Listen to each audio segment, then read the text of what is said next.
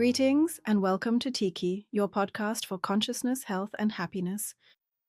My name is Sandra, and today we're talking about intuitive eating in the ascension process.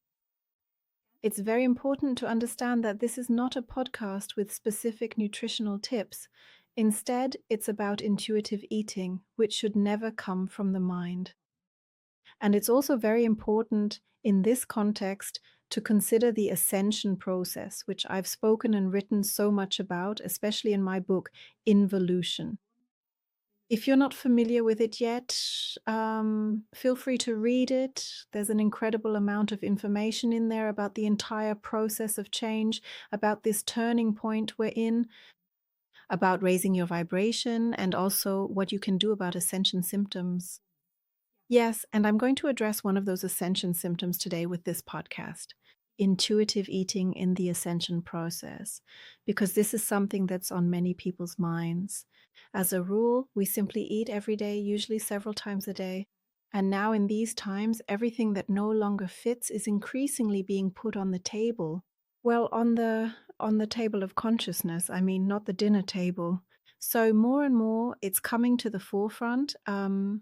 What programs do I want to let go of? Where would I perhaps like to behave differently, including how I eat, but I can't because other programs are still working against it? Where am I sabotaging myself? And I've heard from so many people, I eat intuitively, I eat what I enjoy. But when I then carefully observed how they actually eat, what they choose to eat, and especially how truly satisfied they are with it, it was anything but intuitive or obvious to me. It might have come from the gut, meaning it was driven, but not on the level of intuition, but rather on the level of self-sabotage. And yes, so it's actually very important. This really isn't about wagging fingers and nutritional tips and so on. Instead, it's really about getting back into the flow here, coming into a new consciousness, and being able to reflect on yourself from a new level. And when I speak of intuition, by the way, this also builds on my podcast, Intuition versus Gut Feeling, which clearly highlights this difference. And if you don't know this podcast yet, it makes sense to listen to it as well, maybe even beforehand, because as long as gut feeling and intuition are confused, we simply won't make progress in many areas, and probably not here with eating habits either. So yes, a great amount of people are noticing these days that their eating habits, their meal times, or even their cravings and needs are changing, or that their whole body is changing, suddenly gaining or losing weight or reacting differently to certain foods that they used to tolerate well, but now suddenly can't for whatever reason. And it's simply about constantly reattuning ourselves to the new levels we're evolving into, and that, of course, includes the area of nutrition. And all of this has to do with the ascension process, but the topic of nutrition in general is already huge. I mean, I've been working on this for many, many years, educating people in seminars. I'll also link a detailed PDF document for you here, which will really get into specific nutritional tips and information. I don't want to get into that today, but it is an important component when you're dealing with all of this. What I want to talk about today is already extensive enough, and that's why I'm dividing it into 9 points. Let's get started. Point 1, goodbye to dogmas.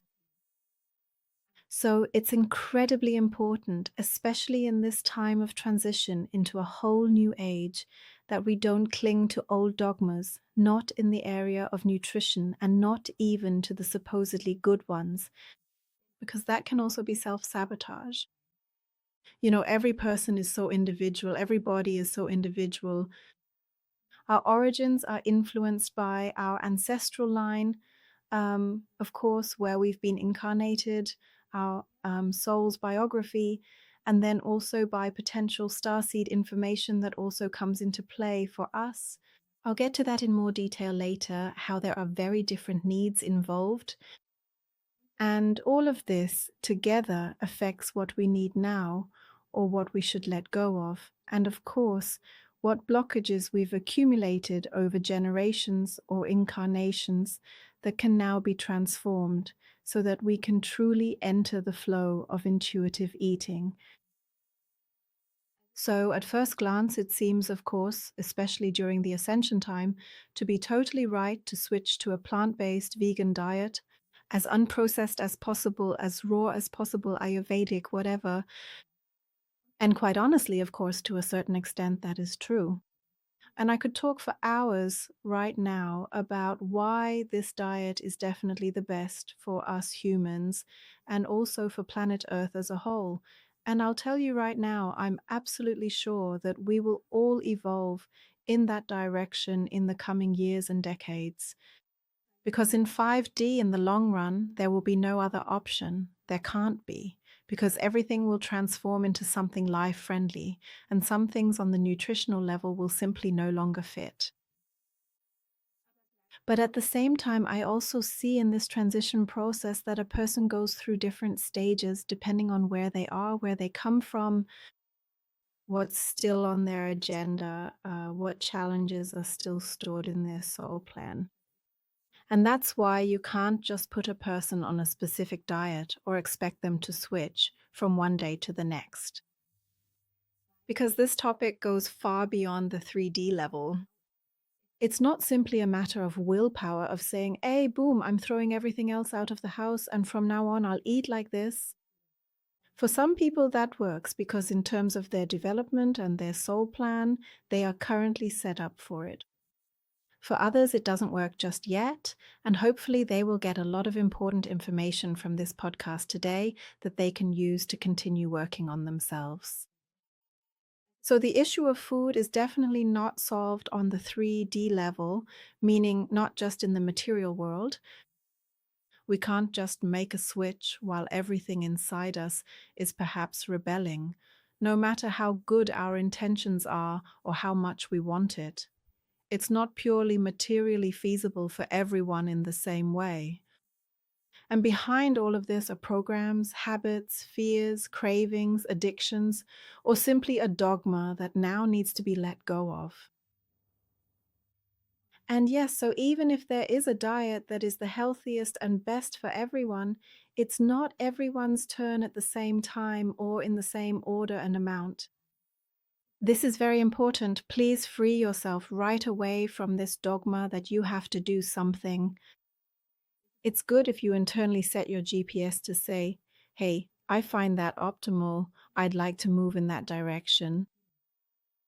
Because then you will also be more easily guided by your higher self, and yes, simply from that level that knows what paths need to be taken within you for you to succeed. Yes, it's often hard to figure out what's right for you because the body demands something different than what the mind considers sensible. And this inner conflict where the mind says, but you have to eat the salad now, and the body says, but I want the cake now, or whatever. This inner conflict is something you can't endure for long. You can't balance it in the middle for long. And that's why a kind of rebellion sometimes occurs, you know? So I often hear phrases like, yes, I'm just going to eat what feels good to me, even if it's the cake. And I totally get that because anything else becomes far too exhausting in the long run. But then, of course, for most people, the dissatisfaction comes through again because they actually want to eat healthier, be fitter, lose weight, or whatever. And that's why this rebellion actually needs to be examined, because ultimately they're rebelling in the wrong place.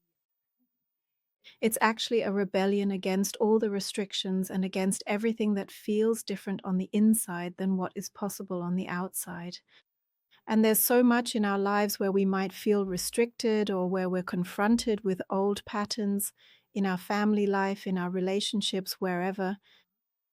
And we can't do anything about some things reenacting themselves over and over except to really look within ourselves and ask, where is this anchor? Why does this keep happening to me? And what can I resolve within myself so that it's allowed to change? So rebellion is wonderful, but when it comes to food, it's ultimately in completely the wrong place. It's understandable but distorted because the issue goes deeper, much deeper. And if it were that easy to decide on a certain lifestyle and then stick with it, then surely many, many more people on this planet would have already gone in that direction. Plant-based, vegan, raw food, whatever.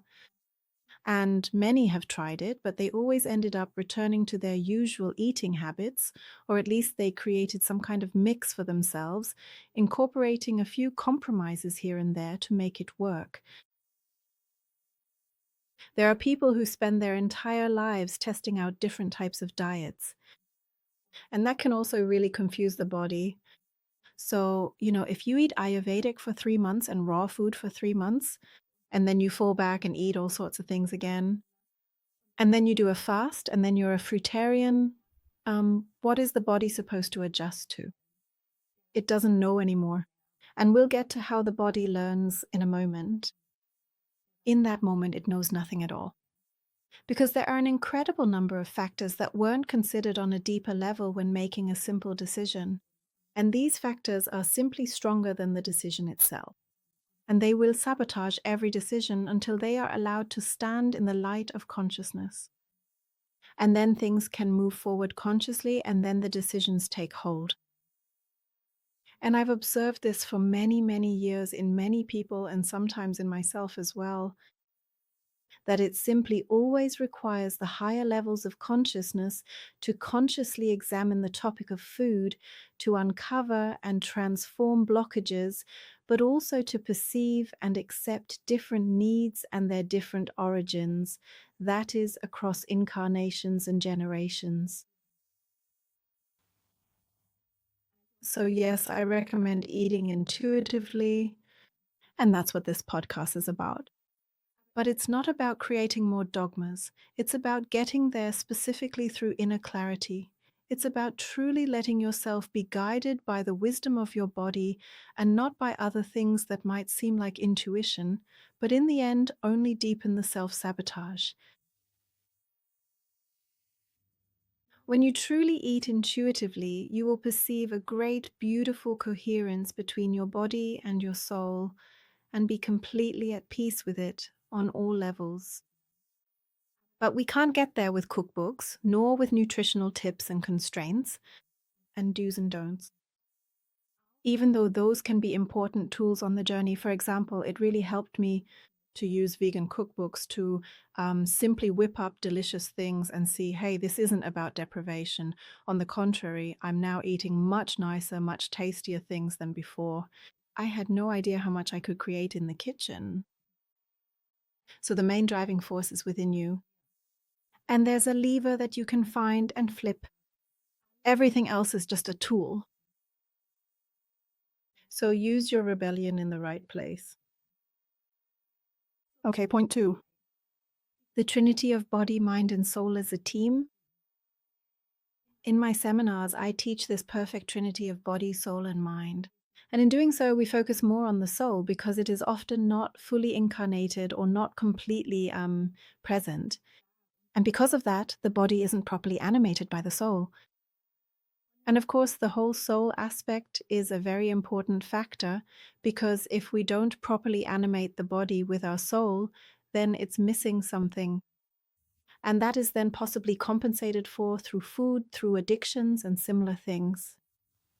It's looking for something actually in the subtle realm for itself, but doesn't perceive it correctly, and therefore stuffs things into itself to find some peace. But it's not just about the soul, it's also about the body.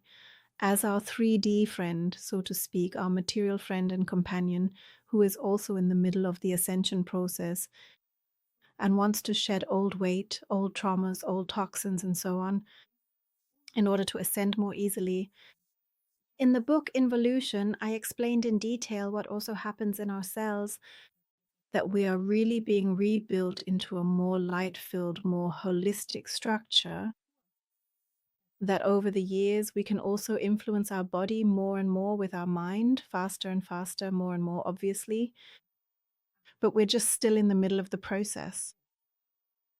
And that's why we should also learn to really listen to our body and offer it what it really needs. And I'll go into that in more detail later. It's important for me to say that our body is always a reflection of our etheric body, that is, our astral body, our entire light body. And if we want to decide on something that our body can't implement, then there are reasons for it in the subtle realm, because we are always successful as a team. And if we are not successful, it means we're currently working against each other. And then our soul needs something that it doesn't get and wants to compensate for through food. But this food harms the body at the same time because it hasn't signaled any hunger. It says to itself, "Oh my God, why are you stuffing something into me again?" Look at what you're missing in the subtle realm and don't constantly burden me with new food. So that can really disturb the body and also make it sick in the long run. And I will give you more examples and possibilities for transformation later on. But what's important at this point is self-reflection and recognition. So my tips at this point are: ask yourself how often you stand at the fridge or somewhere else looking for food, but don't really find anything because you're not even hungry, but are somehow looking for something. So you're kind of constantly prowling around the food, around the kitchen, but you actually need something completely different. And most of the time, what happens is that this inner conflict, this searching without knowing for what, is simply ended at some point by just eating something, even though you've actually just glossed over something when you really needed something completely different. Observe yourself. Find out what you really would need right now. So especially in a moment like that, when you walk to the fridge, open it, and then you notice, I don't actually want any of the things in there. My stomach isn't signaling any hunger either. It's more of a need. Then really go within yourself. Reverse the flow of energy. It's not you who needs something from the outside food, but listen to your soul. Maybe it's movement, maybe fresh air, a walk, a change of scenery. Or maybe you just want to lie down for 10 minutes and have absolute quiet. Or perhaps a hug, attention, talking to someone. What are you really missing? Find that out. And during that time, really try not to eat anything, because then you're just suppressing it again. Then you've given in to the old mechanism. Only eat when you're hungry. And if you're looking for food even though you're not hungry, then find out what it really is. It's an incredible relief when you find that and can put it into practice. So, what have you learned to cover up with food? When did you learn that? Recognize it, reflect on it, and choose anew. You can transform the old behavioral patterns and give yourself what you really need.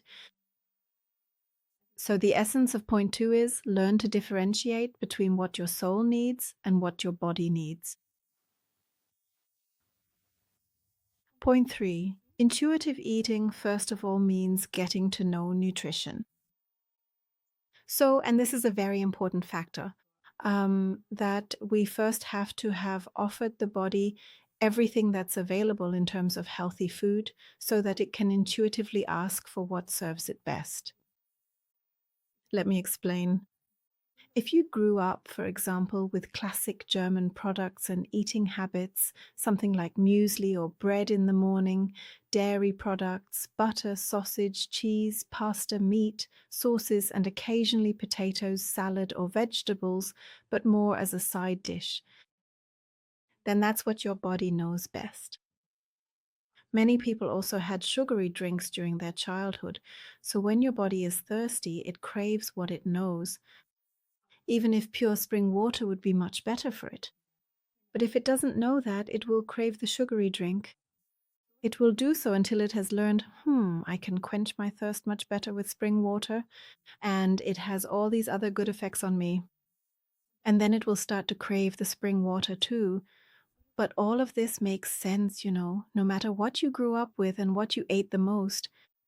Your body knows these foods, and your body has learned to extract its building blocks like minerals, trace elements, and so on from precisely these foods in order to function properly. But today, so many of these foods don't even deserve the name. They should rather be called fillers. I mean, they make you feel full for the moment without providing the body with any significant nutrients. And that's why the body usually starts craving food again soon after, precisely because it hasn't been able to gather enough building blocks.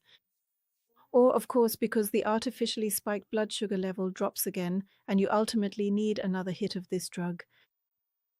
And so most people eat too much because it's simply not nutrient dense, not nutrient rich enough, or rather, it provides the body with information that, yes, throws it out of balance.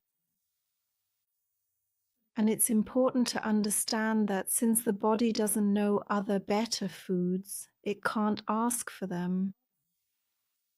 That would be intuitive eating, right? But it can't ask for anything else. It may have actually learned to best extract certain substances from these ingredients, even though others exist that could provide them much more easily and healthily. But it just doesn't know them, and so it doesn't ask for them at all.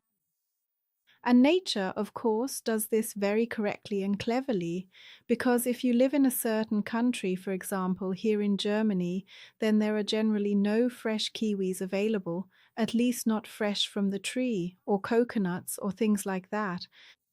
But you do have spinach or chard, and in Asia you get completely different things.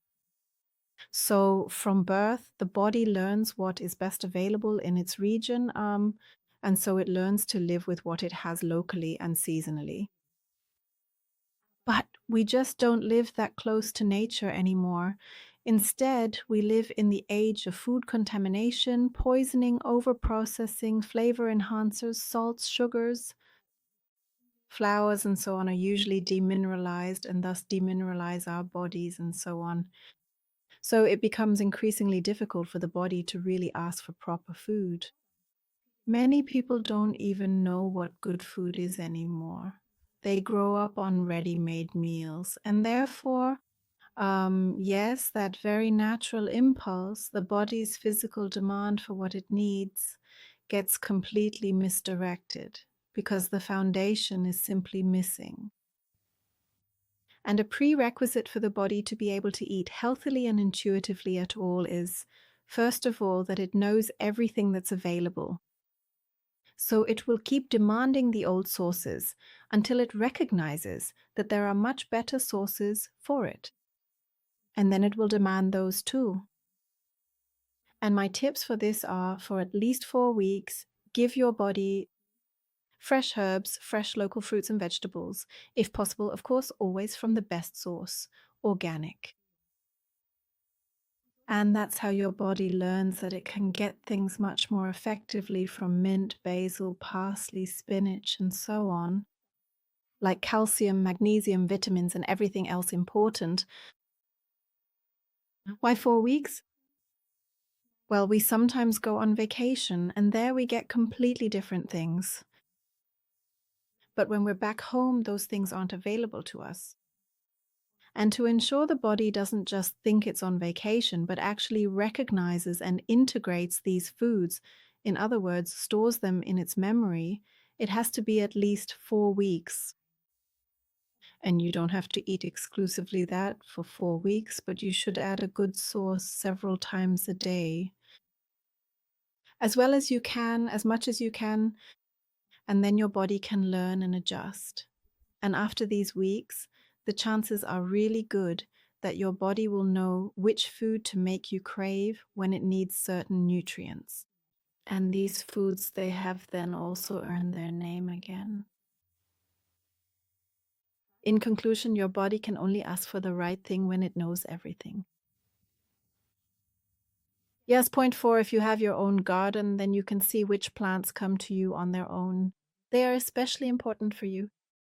For example, it may be that a conspicuous number of nettles or dandelions or whatever grow in your garden. Maybe you even notice that this is only the case with you and maybe not with your neighbors. Or plants appear that weren't there before, that grow especially for you. And then your garden has practically recognized that you need the nutrients of these plants. Just make a salad out of it or make a tea and notice what it does to you. I have experienced this myself in our garden, And I also know many stories from other people about it, how the gardens sometimes change, how some plants die, you can't save them anymore, they get sick and die, and others come instead because they are a better fit for the new owners. So every property actually experiences a change in the plant world when new owners arrive. Go barefoot as often as possible, especially in your own garden, but also otherwise. And it has at least two good reasons. First, you are always in active contact with the garden through your foot chakras. So an exchange of information takes place via your foot chakras, and your garden then practically knows how you are and what you are missing. And he will let it grow for you. Or rather, he can also, to a certain extent, enrich the plants that you already have in the garden, that you eat regularly, a little more with a certain nutrient. Yes, and secondly, Mother Earth has the opportunity to feed you subtle information through your foot chakras. And you can also consciously open yourself up to this in order to strengthen it. You can do it several times a day. Just stand barefoot somewhere on a pure piece of earth. Consciously open your foot chakras and enter into this exchange. Be in this flow. You are one with nature. Point 4. Recognize and transform the search. Yes, so maybe you know this feeling too, where you're constantly searching for something, and as I've already mentioned, you end up prowling around the fridge or somewhere else, but you don't know exactly what you want. And the answer is usually your system needs something completely different. Not food, but light, nature, movement, love. So to change the scene immediately at that moment is definitely a good thing. Just go outside instead of senselessly looting the kitchen. As the light body process progresses, we will increasingly move towards nourishing ourselves with light. Actually, you've probably heard of breatharianism before. This does not mean that you don't have to or are allowed to or will stop eating. But even if we continue to eat, what our system needs will no longer come primarily from food, but from the light energies that we absorb through light, including at night. There is light and of course also food, which can store more light the higher everything vibrates on Earth. Perhaps you are also aware that our red blood cells exhibit a very high similarity to the chlorophyll of plants exactly for that reason. Because we can. We can feed ourselves on light. We can utilize light. And that's why food will become less and less important over time. And in this transition, anything is possible. So, as I said before, especially in situations where you want to eat without feeling hungry, ask yourself what you really need right now. And I would like to elaborate on this point because we often learned as children, for example, that we have to stay seated even though we would have liked to run or climb simply because we had a natural urge to move. And so that we could suppress him, we loaded down with unhealthy food, sweets, whatever. It's like pushing a sandbag inside you, making you heavier and easier to sit still. And it also happens unconsciously through the parents who sometimes prefer to give their child something to eat again. Look, here's another pretzel or something. So that it stays nicely in the stroller and you don't have to take it out and maybe carry it or jump after it, whatever. It could also be something else, something you've always received as recognition or as a way to end the day, a reward. I did it, I'm off work, whatever. And then you still unconsciously reach for these foods today, for example, when you're knocked out. Figure that out and turn it around. I would like to explicitly mention dairy products and indeed all animal products. With dairy products, it's very strongly connected to a lack of maternal security, a sense of safety, of being protected by a mother and unconditionally loved. Now, I'm not saying that your mother didn't do that. Okay, there are many different stories, but it could be that for some reason you still felt this lack. Maybe because it wasn't for long enough. Maybe your mother had to go to work or was in the hospital for a while or whatever, and a lack like that can become deeply ingrained. Or you couldn't be breastfed, whatever it was. And this can also subtly carry through your entire childhood, where everything was actually fine, but always just a little bit lacking. And if that wasn't fulfilled deeply enough over a long period of time for you to internalize it, then you'll be a bit more attached to dairy products than others. Because dairy products are connected to this mother energy. They are, after all, usually the first thing that replaces mother's milk, right? You then become attached to a new mother, the cow mother. And yes, whoever needs this energy will have a craving for dairy products. And when this issue is resolved, when you've transformed these traumas, when you've reshot your personal life movie and rewritten this lack into abundance, then you can also let go of dairy products much, much more easily. And that's what I meant at the beginning, that this isn't decided on a 3D level. Yes, you might not want to eat dairy products. Maybe you even find them disgusting, but as long as you still have this conflict of lack within you, something inside you will always reach for them or call out for them. And by simply inviting the higher levels to participate and transform these issues, it becomes easier, definitely.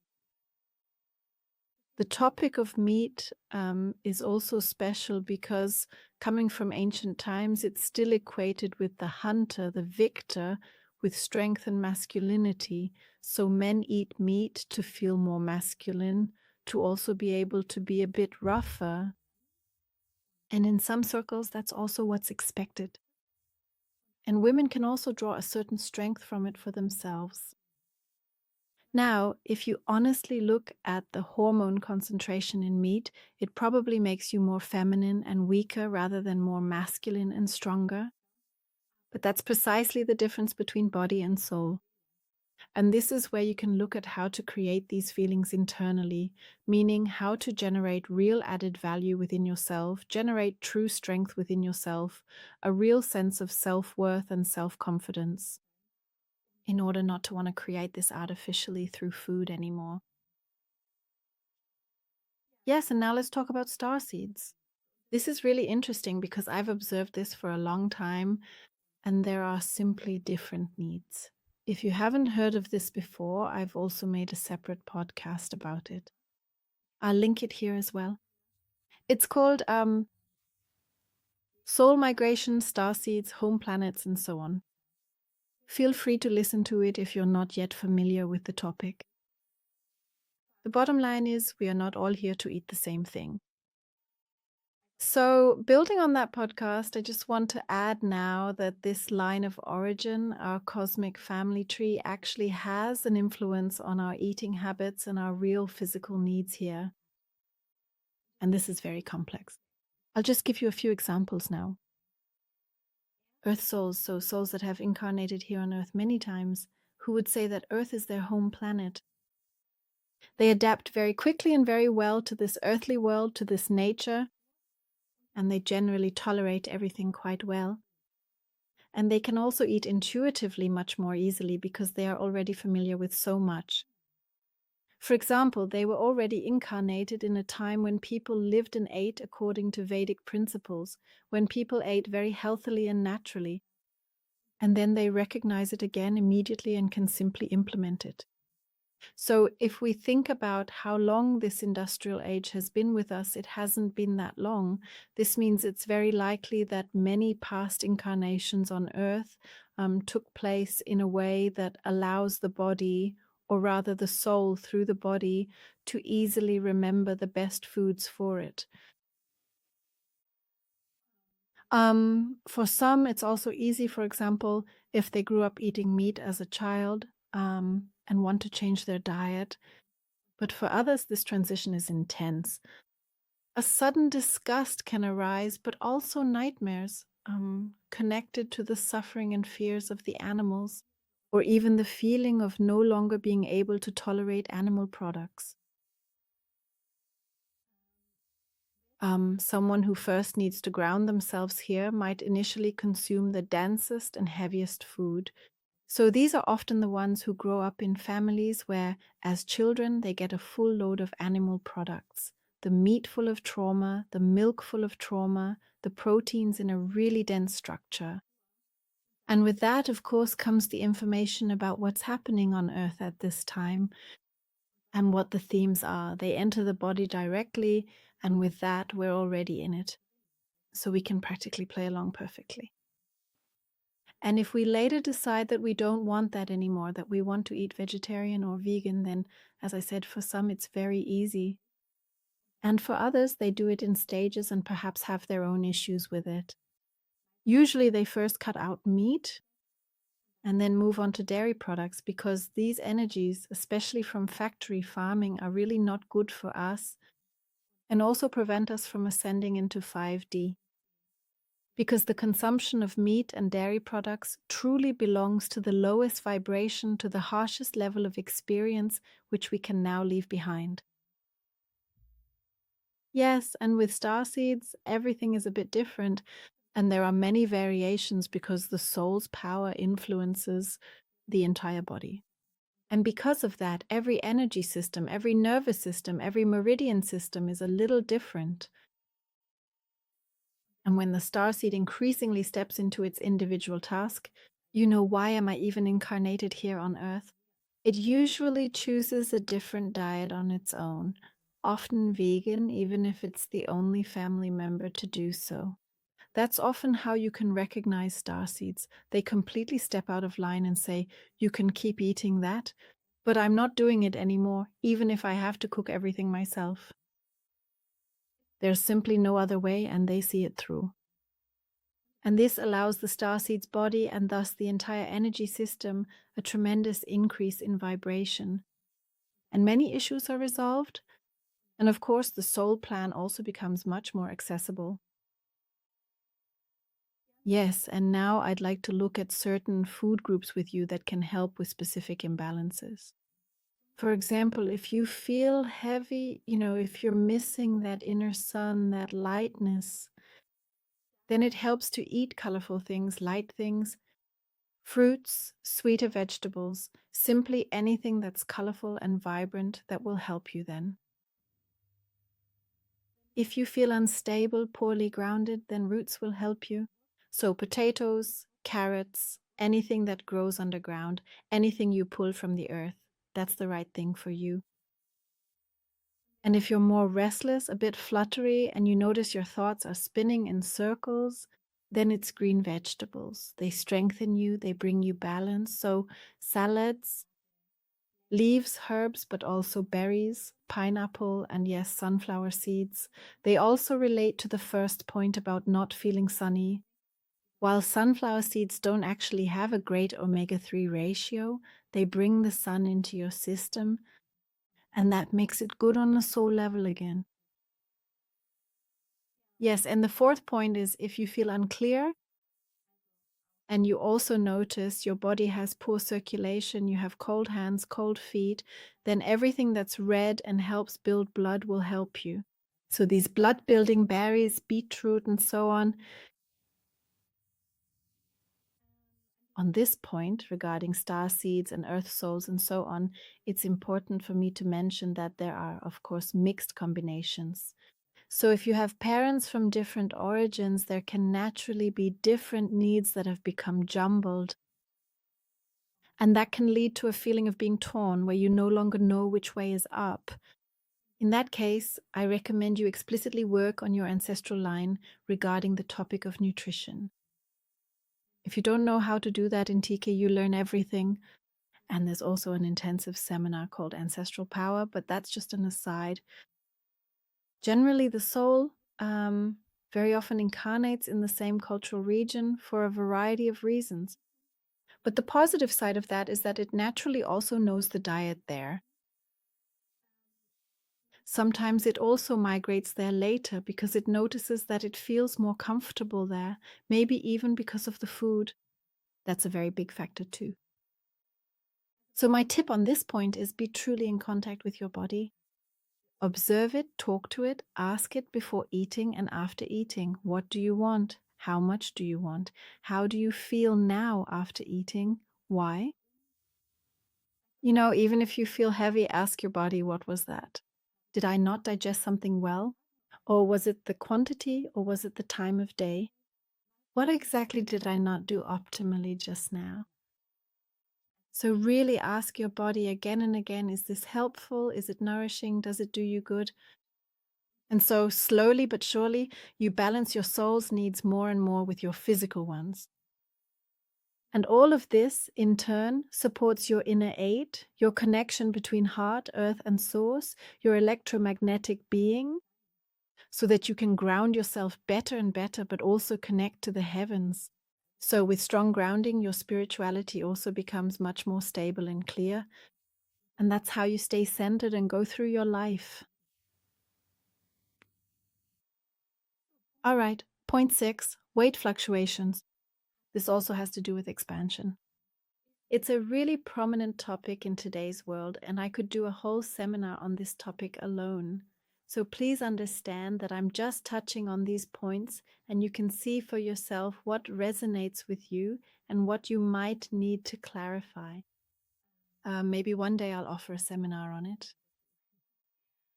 So, in the ascension process, there are a whole range of other factors, such as the recalibration of all your glands. And all of this can influence your weight. I also explained this in detail in Involution, including what you can do about it. This goes on for a while and then it stops again, but it can drag on for a few years. It's always really important to drink a lot of good pure water. And if you like, with lemon has a good effect on many different levels. And it's important to get exercise in the fresh air, preferably in the forest or just in nature. It's simply that all matter is changing because everything is changing. And in relation to the body, this means your cells are changing, the tension between them is changing in your organs, your tissues, as well as in your muscles and even your bones.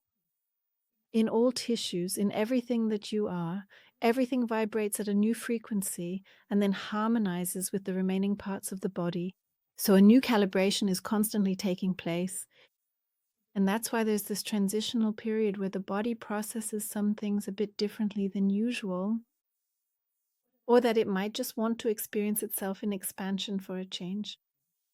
But it can also be that your inner expansion, meaning you realize I am much more than my body, shows up more or less accidentally as outer expansion.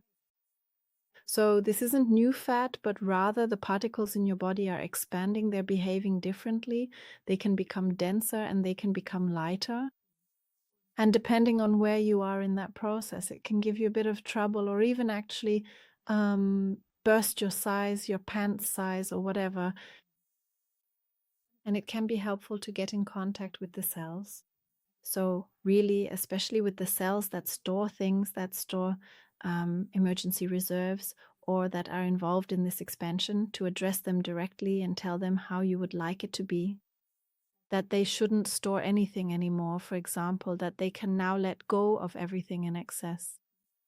And that your mental and spiritual expansion doesn't have to have anything to do with your body, that it can still be slim and toned. So your cells are now allowed to change their task, and they do that anyway. But if you make it clear to them that you are safe, that you are nourished, and if you keep showing them the image of how you see yourself, and above all, how you want to see yourself, then everything can align with that. So it can really make the crucial difference to address these cells directly. Not the body as a whole, but really the cells. Feel into what fits for you.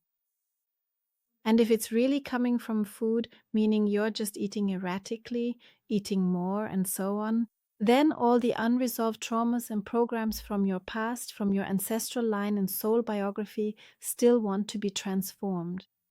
And in this podcast, you've already learned a few things about possible causes. And with THEKI, you can transform all of this on your own.